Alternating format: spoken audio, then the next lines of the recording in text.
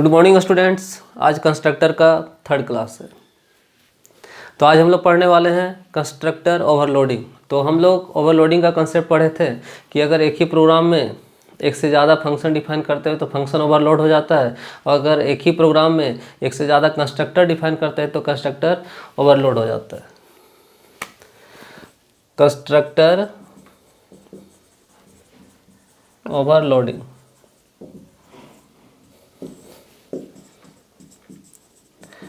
constructor is also called constructor overloading। Constructor ही क्या कहलाता है? Constructor overloading. कब? when it is defined more than once in a program in a class but having, लेकिन ये क्या रखता है? Different parameter. ये लेकिन क्या होना चाहिए? अलग अलग पैरामीटर होना चाहिए। तो एक ही क्लास के अंदर क्लास स्टूडेंट रखे, अगर एक ही क्लास के अंदर एक से ज़्यादा कंस्ट्रक्टर डिफाइन किए, एक से ज़्यादा कंस्ट्रक्टर डिफाइन किए, ये क्या बोल रहा है? कंस्ट्रक्टर ही कंस्ट्रक्टर ओवरलोड कहलाता है। कब? When it is defined more than once in a class, जब एक ही क्लास में एक से ज़्यादा डिफाइन करते हैं। जैसे एक दिन में एक टेस्ट कोई ले, किसी चीज़ का भी टेस्ट ले तो टेस्ट होता है, लेकिन अगर एक ही दिन में अगर बोला जाए कि फिजिक्स का भी टेस्ट दो, केमिस्ट्री का भी दो, इंग्लिश का भी दो, अगर एक से ज़्यादा टेस्ट अगर पड़ जाए तो वही टेस्ट ओवरलोड हो जाता है। उसी तरह एक ही प्रोग्राम में एक कंस्ट्रक्टर है तो कंस्ट्रक्टर है, एक से ज़्यादा कंस्ट्रक्टर आ गया एक ही क्लास में तो यही कंस्ट्रक्टर क्या हो जाता है? ओवरलोड। तो constructor is also called constructor overloading. Constructor ही कंस्ट्रक्टर ओवरलोड हो जाता है। कब?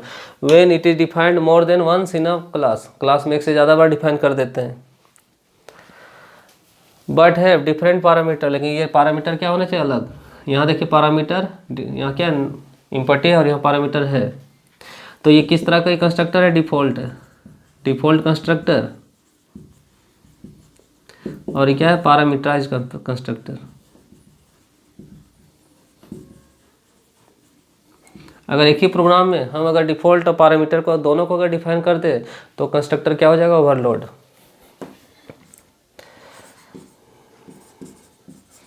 Default and parameterized constructor defined in a class के अंदर डिफ़ॉल्ट और पैरामीटराइज्ड कंस्ट्रक्टर अगर डिफाइन कर देते हैं, शोइंग ओवरलोड। ये क्या शो करता है? ओवरलोड। वन विथ, क्यों ओवरलोड हो जाता है? One with no parameter and other with parameter. तो कंडीशन क्या बोल रहा है कि when it is defined more than once in a class, जब कंस्ट्रक्टर एक से ज़्यादा डिफाइन हो जाता है एक ही प्रोग्राम में, लेकिन वो क्या होना चाहिए? Different parameter. तो एक में पैरामीटर है ही नहीं, एक में पैरामीटर है तो डिफरेंट हो ही गया। तो वही यहाँ पे default and parameterize constructor define in a class, अगर डिफ़ॉल्ट और पैरामीटराइज कंस्ट्रक्टर अगर डिफाइन करते हैं तो यही कंस्ट्रक्टर क्या हो जाता है? ओवरलोड हो जाता है।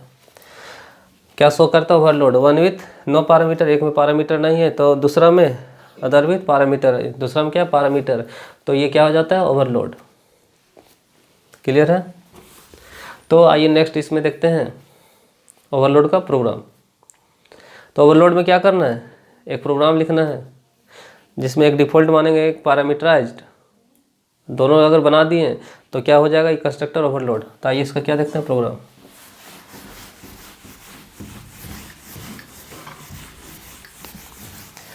तो कंस्ट्रक्टर ओवरलोड हो जाता है जब एक से ज़्यादा कंस्ट्रक्टर डिफाइन कर देते हैं, और यहाँ पे हम बता रहे हैं कि डिफ़ॉल्ट पैरामीटराइज अगर एक ही प्रोग्राम में डिफाइन करते हैं तो ओवरलोड हो जाता है, क्योंकि एक बिना पैरामीटर के साथ एक पैरामीटर के साथ है। Question, write a program in C++ to illustrate the concept constructor overloading. Constructor overloading को क्या करना है, कंसेप्ट को इलिस्ट्रेट करना है प्रोग्राम के थ्रू।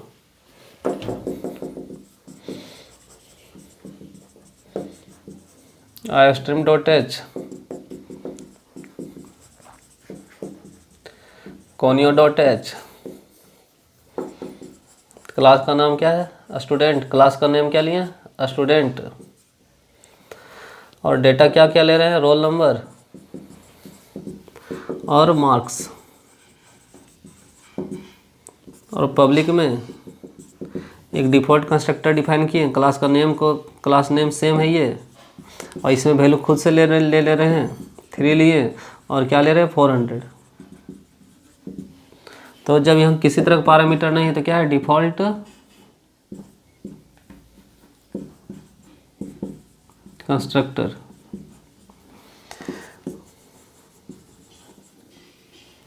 और एक में पैरामीटर रख रहे हैं एक्स और वाई, रोल नंबर एक्स और मार्क्स। ये क्या है, पैरामीटराइज्ड।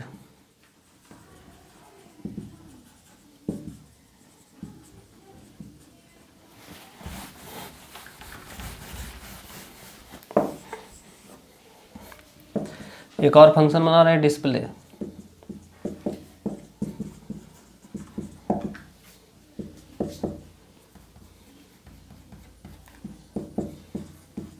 रोल नंबर और क्या दिखाना है, मार्क्स। तो कहीं ना कहीं ये जो हम लिख रहे हैं प्रोग्राम, ये आपको डायरेक्ट तो नहीं समझ में आना चाहिए। जब तक आप पिछला जो चैप्टर 10 बताएं क्लास इन ऑब्जेक्ट का प्रोग्राम, उसको पहले क्लियर कर लीजिए, तभी आपको ये क्लियर समझ में आएगा। तो पहले चैप्टर 10 क्लियर, तो 11 क्लियर, तो 12 क्लियर। तो 12 पढ़ने से पहले 10 तो क्लियर करना ही करना है। अब तो क्लास यहाँ से ओपन हुआ, कंस्ट्रक्टर, डिफ़ॉल्ट कंस्ट्रक्टर, मतलब डिफ़ॉल्ट कंस्ट्रक्टर, पैरामीटर कंस्ट्रक्टर, और क्या है, डिस्प्ले, और क्लास यहाँ पे बंद कर रहे हैं। अब वाइड मेन फंक्शन। तो जैसे ही ऑब्जेक्ट कॉल होगा, जैसे ही ऑब्जेक्ट क्रिएट होगा, ऑब्जेक्ट 1, जैसे ऑब्जेक्ट 1 क्रिएट हुआ, डिफ़ॉल्ट कंस्ट्रक्टर कॉल हुआ, 3 चला जाएगा और 4 मार्क्स कितना चला जाएगा, 400 ऑब्जेक्ट 1 के लिए। अब जैसे एक और ऑब्जेक्ट क्रिएट किए, ऑब्जेक्ट 2, और यहाँ लिए 4, और कितना लिए 400।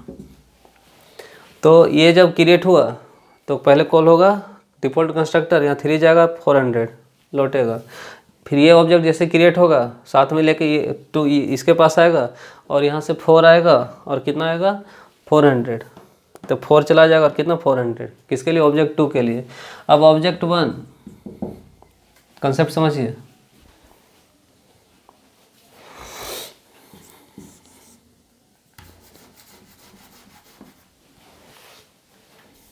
कहाँ बनाएं, यहाँ बनाते हैं। ये CPU समझिए, कीबोर्ड समझिए। तो जैसे ही ऑब्जेक्ट 1, ये ऑब्जेक्ट 1 है और ये ऑब्जेक्ट 2, आखिरी ऑब्जेक्ट किसका ऑब्जेक्ट है, स्टूडेंट का। तो स्टूडेंट में क्या क्या डिफाइन है, रोल नंबर और नेम, रोल नंबर और नेम। तो जिस तरह से ये स्टूडेंट है ऑब्जेक्ट 1, उसी तरह ऑब्जेक्ट 2 भी है। तो इसका जब ऑब्जेक्ट 1 का रोल नंबर नेम है स्पेस, तो ऑब्जेक्ट 2 का भी किसके जैसा, स्टूडेंट के जैसा, इसमें भी क्या स्पेस बनेगा, रोल नंबर और नेम। तो जैसे ही ऑब्जेक्ट 1 क्रिएट हुआ, इसको कॉल किया, रोल नंबर 3 मार्क्स 400। तो किसके लिए कॉल हुआ था, ऑब्जेक्ट 1 के लिए। तो रोल नंबर 3 ये ऑब्जेक्ट 1 का, और मार्क्स कितना 400, और ये लौटेगा। जैसे ऑब्जेक्ट 2 कॉल हुआ, इसके पास आएगा पैरामीटराइज कंस्ट्रक्टर, और वैल्यू कितना लिखा है 4 और 400, यहाँ 4 चला जाएगा 400। तो किसके लिए कॉल हुआ, ऑब्जेक्ट 2 के लिए। तो ऑब्जेक्ट 2 में रोल नंबर में कितना 4, और मार्क्स में कितना चला जाएगा 400 लौटा। ऑब्जेक्ट 1 अगर कॉल किया किसको, डिस्प्ले को, ऑब्जेक्ट 1 कॉल किया, कौन कॉल किया, ऑब्जेक्ट 1 डिस्प्ले को, तो रोल नंबर दिखाएगा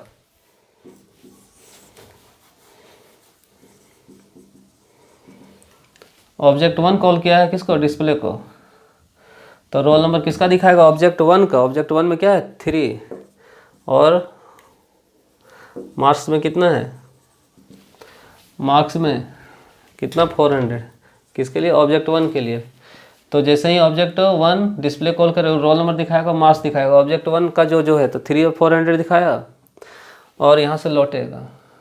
अब यहाँ पे कौन, ऑब्जेक्ट 2 कॉल कर रहा है किसको, डिस्प्ले फंक्शन को, डिस्प्ले फंक्शन के। जब ये कॉल किया तो रोल नंबर और क्या दिखाएगा, मार्क्स, किसका, ऑब्जेक्ट 2 का। तो ऑब्जेक्ट 2 के लिए, तो ऑब्जेक्ट 2 का यहाँ पे रोल नंबर और क्या दिखाएगा, मार्क्स। तो रोल नंबर कितना, मार्क्स 4 और 400,